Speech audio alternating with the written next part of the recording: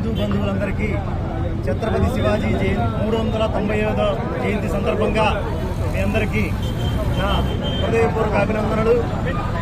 1630 ఫిబ్రవరి 19వ తారీఖున ఛత్రపతి శివాజీ గారు జన్మించారు. తన 16వ ఏట తల్లి జిజియాబాయి శిక్షణలో హిందూ ధర్మ పరిరక్షణకై రౌరేశ్వర్ మహాదేవ్ సాక్షిగా రక్త తర్పణ చేసి 17వ సంవత్సరంలో మన రాయగఢ కోటని స్వాధీనం చేసుకున్నారు.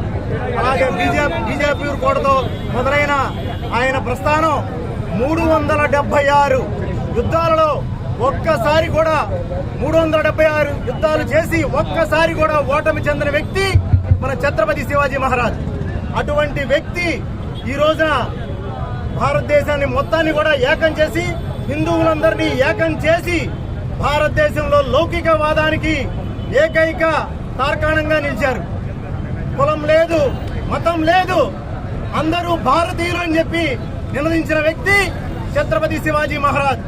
ఆయన 395వ జయంతి సందర్భంగా మంగళగిరి పురవీధులలో శోభాయాత్ర కార్యక్రమం జరుగుతుంది. ఈ కార్యక్రమానికి విచ్చేసిన ప్రతి ఒక్కరికి నా హృదయపూర్వక ధన్యవాదాలు.